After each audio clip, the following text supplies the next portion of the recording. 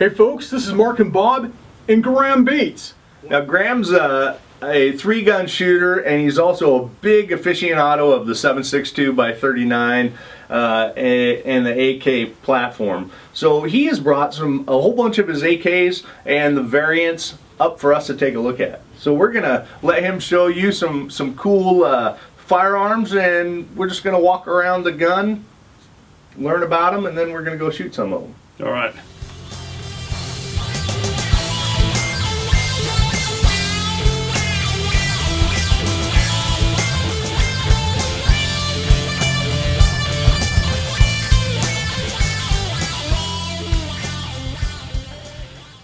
So these aren't AKs. They are, but they look a little different. It's great for confusing your anti-gunner types.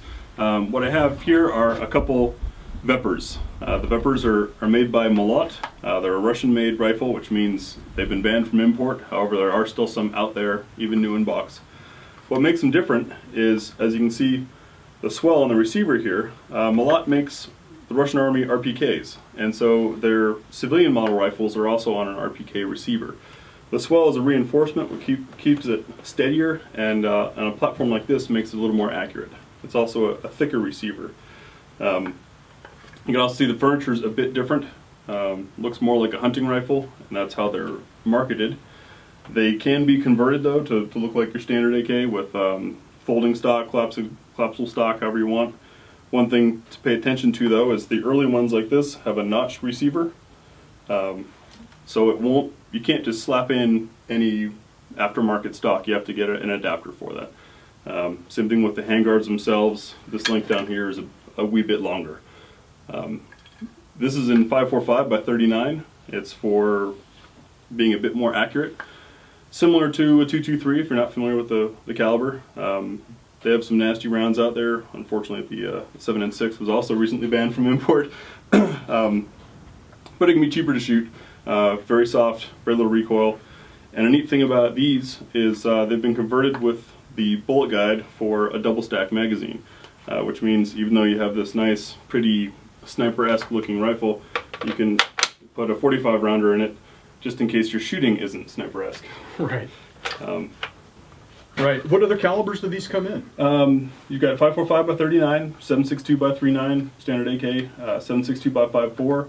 They also made a couple in 308 and 223 if you wanted something a little more common. I went with 5.45 because it's a sweet little round, and I wanted to be able to use the same magazines that I put in my AK-74.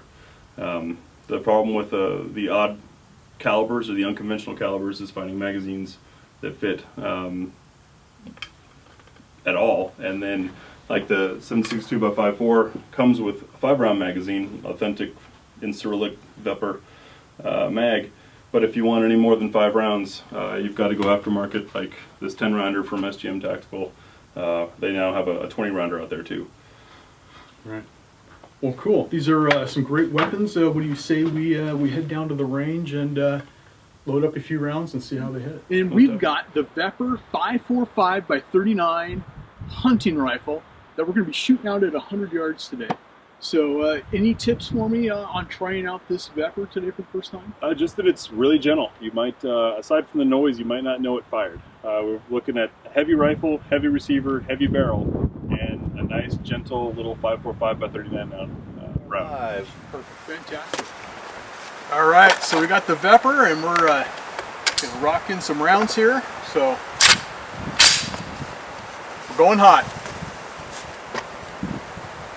What are you shooting at, Bob?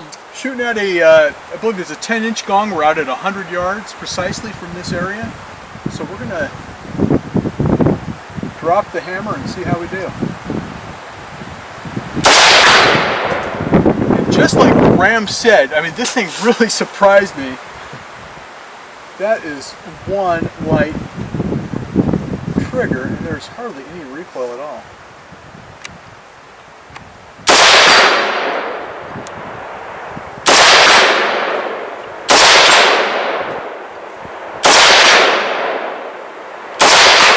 Boy, this thing is a pussycat.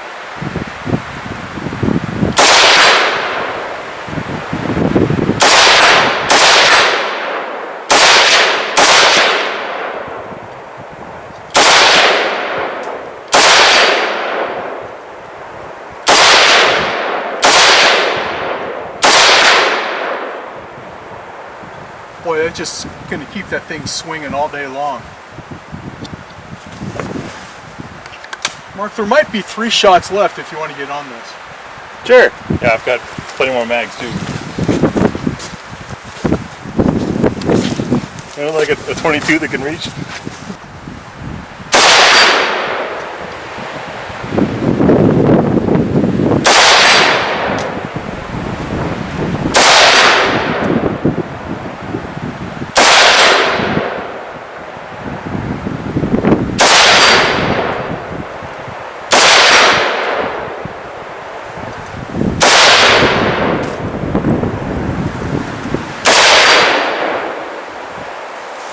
That's a very nice trigger. Thanks. That's a little bit of homework.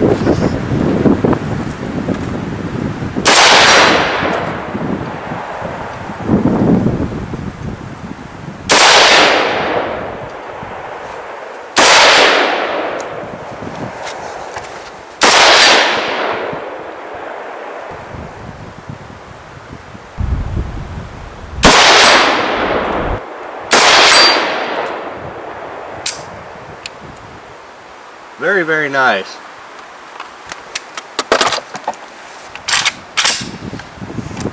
Very minimal recoil. Obviously accurate. That's a nice weapon, Graham. I'm glad you shared that with us. It's fun to shoot.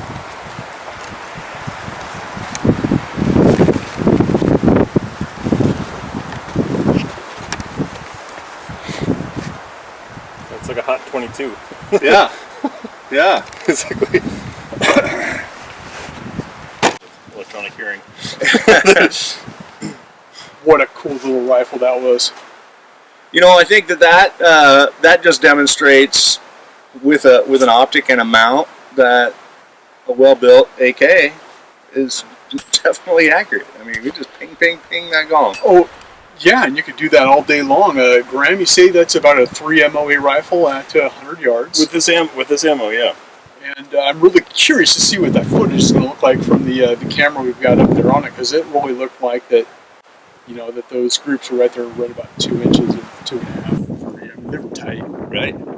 No, that's a fine firearm. I liked it, and I'm glad you brought that up here to share with us. The cool thing about the Vepr is with that wood furniture. That's unique. That's distinctive wood. That's what we would expect to see on a Marlin hunting rifle, and so that combination with the scope and the wood that it has, I think that's a great transition firearm for a FUD who's not quite ready to make the jump to quad rails and off-sticking stuff. You know what I'm saying? Yeah. But here's how I'm looking at it. I'm looking at it how beautiful this wood actually is on this. I like it the way it is. I'm trying to get away from the quad rails. Sure. I think I'd keep it just exactly the way it is. Yeah. And overall, it's a great example of overly heavy receiver, overly heavy barrel on what's considered a light cartridge. And you can shoot it all day. It's friendly for smaller shooters, lighter shooters that might be afraid of some of the bigger stuff or have troubles with recoil. And you can learn on a full-powered rifle. What's your 3 favorite things and your 2 least favorite things about this weapon? First favorite, I like the wood as well. I think it kind of hints back to the Dragunovs. I love that the trigger is tunable. AK triggers are very easy to do at home, and if you screw up, it's only $30 to replace it with another Tapco. I love the weight to power ratio for blinking. You might have a 1022 that you've tricked out with a heavy barrel and all kinds of stuff and like to use it for blinking all day. With this, you can do the same thing, just a little bit longer range and make slightly bigger holes. What I don't like about it, the notchback receiver, the receiver being cut right like it is, means aftermarket options are limited, or you have to get an adapter. I personally obviously don't want to change it, sure. But if you're looking to make a precision 545 AK, this is a great chassis to start on and then convert from, and that's one step back. The other one, I don't like that they're banned from import. Yeah. because it makes me want to guard mine really tightly. But, And it is unfortunate, thanks to this administration's ban on the firearms, that we're doing a video on something that we now couldn't go to the store and buy. Actually, they're probably still available, but they're no longer allowed to be imported. So The prices are eking up there. So. no, go ahead. Oh, I was just saying, we were just looking at Atlantic Firearms. I noticed that they had the 7.62 by 5.4R. Didn't see any of these right off the bat, but they were hovering right around 1,000 to, depending on the barrel length, up to like $1,200. yeah. And the 7.62 by 5.4 are fun as well. Yeah, I hope to one day be able to shoot one of those, Graham. That would be awesome. We'll see what we can do. Excellent. Well, that is a fine firearm, Graham, and we really appreciate you bringing it up and letting us walk around it and shoot it. It's great. All right.